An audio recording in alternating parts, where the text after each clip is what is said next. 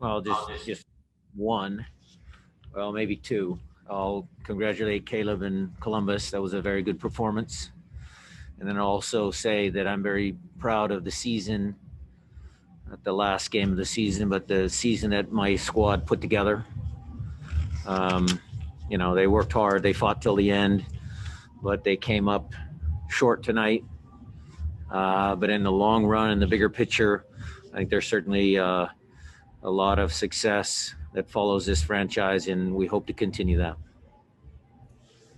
We're going to go ahead and open up for questions. We're going to start with Matt Pence, followed by Sean. Matt. Hey, Coach, I was wondering how seriously you had considered mixing up the lineup and kind of what your rationale was for staying with this 11 after the last couple games. Well, we always assess after each game, Matt, how the team performed, what they did, what we can do better, what worked, all of that. There was some serious deliberation about, certain players, but we decided we could start the game like this and then, take what the game gave us and make changes. Next question goes to Sean, followed by Nico. Sean. Coach, yes, you did have a great year. I'm just wondering, the last game may have taken a bit too much out emotionally, physically, and everything, as well as Columbus closing out their stadium at the same time. Well, maybe the last game was emotional. It was emotional high, and you got to get back up again, but it was a cup final.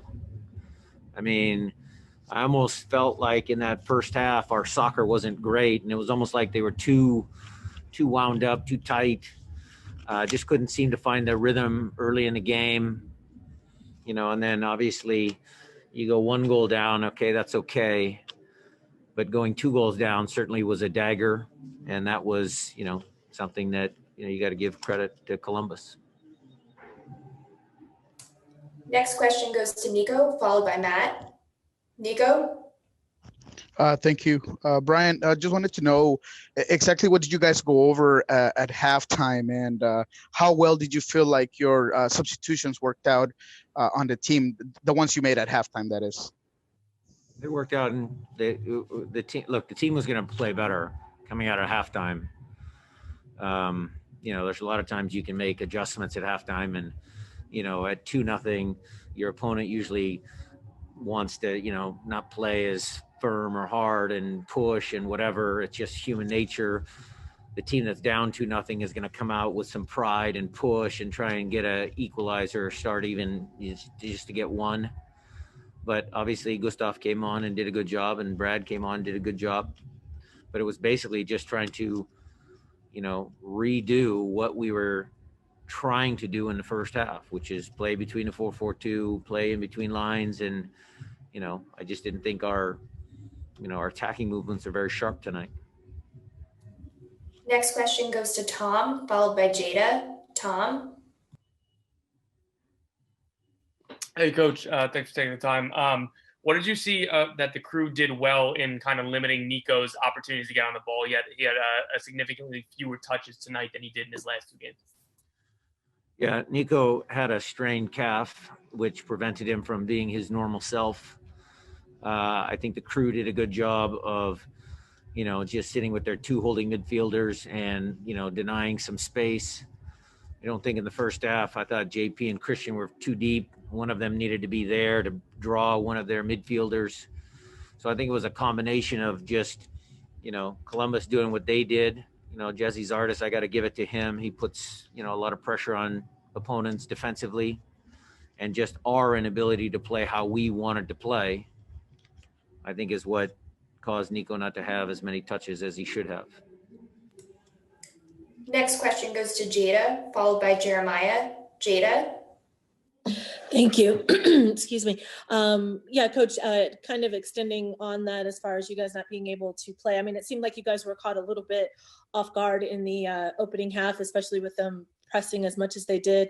Did you kind of see that from y'all? Yeah, I saw it from the game, Jada. It was what we tried to message them before the game, and then again at halftime. We didn't want to always play backwards, play negative. I thought that was, that was not the way to, beat how they were pressing higher up the field. So, again, whether it was a little bit of our team not playing up to the potential or you're giving Columbus credit, the game just didn't manifest itself the way we wanted.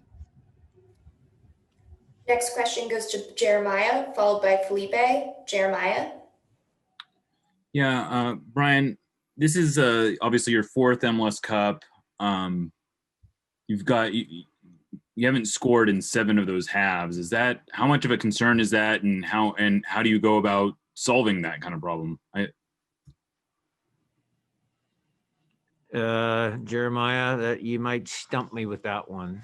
I mean, I don't know. I mean, we got a really good attacking team. I'll have to, figure out, how important that real statistic is. I mean, we've got 2 wins out of the 4.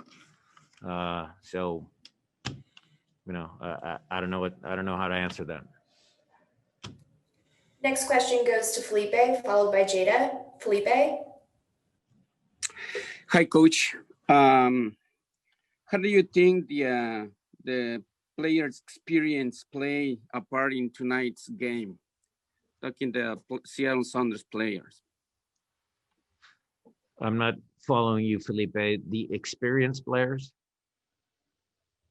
The experience that each of the players had in MLS playoffs played in tonight's game, like let's say Nohu, Alex, Shane O'Neill. Well, we took Nuhu off because we needed more attacking movements. He was on there to prevent Diaz, who had a good game for them. Alex is a young player with a good future. Shane has done a great job for us all year. The whole team was flat. I mean, I thought there were some times early in the first half where we were able to get behind him. Jordan was able to get behind him, and we just couldn't finish any plays. Or Jordan got behind him, and then we tried to score too quickly instead of just keeping the ball in their half of the field and trying to take some of the sting out of the game. So whether it was a young player, a medium player, or an experienced player, I just don't think we played up to our potential. The next question goes to Jada, followed by Matt, followed by Alonzo. Jada. Thanks. Coach, do you at all second guess or give any kind of thought to the way that the starting lineup that you chose and not putting in, your normal first choice starters, or what you've used? Those guys were my first choice starters for the last 4 games. A lot of them. I don't second guess myself, Jada. What I do is I try and learn. You always try and learn with things. I mean, it's obviously, I think I said this after the Minnesota game. So after the Minnesota game, you put guys on and you win the game 3-2 in a dramatic fashion, and you're the greatest coach ever. And then you make a lineup choice for this game and you end up losing 3-0 in a cup final, then everybody's questioning your lineup. That's just part of, that's part of pro sports. But my intention, our staff's intention, is always just to learn. When you stop learning or you think you know it all, then that's when you fall into the trap of not trying to get better. So, after the cup final in 2017, we learned some things. Last year we learned some things. I'll learn some things after this, after we kind of reflect on this season and this playoff run and this final. And then we'll try and push the group forward. Next question goes to Matt, followed by Alonzo, followed by Jeremiah. Matt. Not a lot of Kelvin throughout these playoffs. I was wondering if he had been dealing with an injury or anything, or if that was just fully a coach's decision. Well, he had the hamstring injury that was pulled him out of the first game, and then I decided to go with the group that had been winning some games. And we're on our final 2 questions with Alonzo and Jeremiah. Alonzo.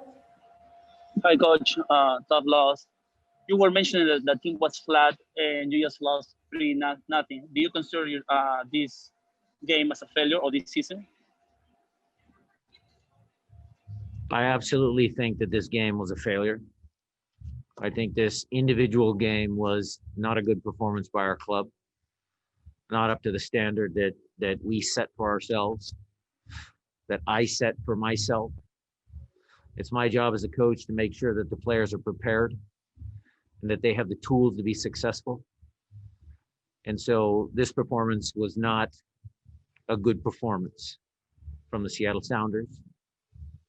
So, it's certainly not a good way to end your season, but I would circle back to say that the club, the team did come back through some adversity and, made it into another final back-to-back, which is very hard to do in a league like MLS with parity. It's very challenging. So that is one good accomplishment that came out of this year. And the final question goes to Jeremiah. Jeremiah? Yeah, not to harp on the lineup choices, but just to be clear on Svensson, was there anything going on there other than it just staying with the lineup that got you here, or was there other thinking that went into that? I'd had conversations with Gustav about how he felt, how fit he was, all of that. We had talked about it. He is a competitive guy. He is a good Seattle Sounder. Those conversations are not easy, Jeremiah, but he is a team guy. And when he came on the field, he showed that he was motivated to try and help the team win.